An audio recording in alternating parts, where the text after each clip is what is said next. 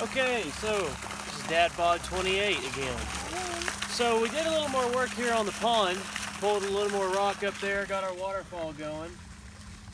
What I'm interested in doing today is, as all new ponds, they're kind of dirty and muddy and clay looking. So what I got today is this Air Max Twilight Blue color plus. So not only is it a dye, but it's also a clearing agent. So it'll kind of get the pond nice and clear with the added blue color, which I'm totally down with. And as you can see, we got a water fountain out here going, and I'd really like to see that just shoot out the prettiest color blue you ever saw, so we'll see. So 1 gallon of this here treats a 1 acre pond 4 to 6 feet deep. This pond is about 8 feet deep right now, and it's about half full. So what we're gonna do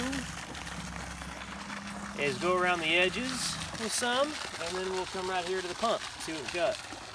So I'm gonna go ahead and beach the boat here. We'll go ahead and get this thing opened up and ready. All right, go ahead and cut it.